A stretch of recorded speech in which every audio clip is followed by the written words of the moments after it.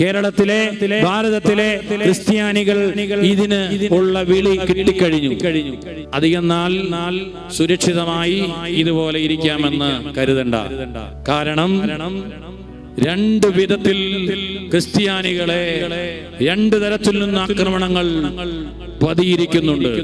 IS തീവ്രവാദികളുടെ സംഘത്തോടൊപ്പം ഹിന്ദുത്വ മൂവ്മെന്റിന്റെ ഏറ്റവും തീവ്രവാദ തത്വങ്ങൾ മറുവശം ഇത് രണ്ടും കൂടി ഞെരുക്കുന്ന ഒരു വിഭാഗമായി ക്രൈസ്തവർ മാറുന്നു.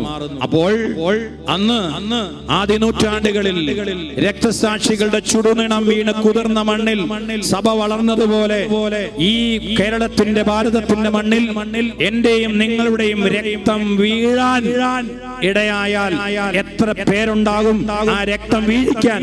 ആ ചുടുനിണം വീണ് കുതിർന്ന മണ്ണിൽ ഈ സഭയെ വളർത്താൻ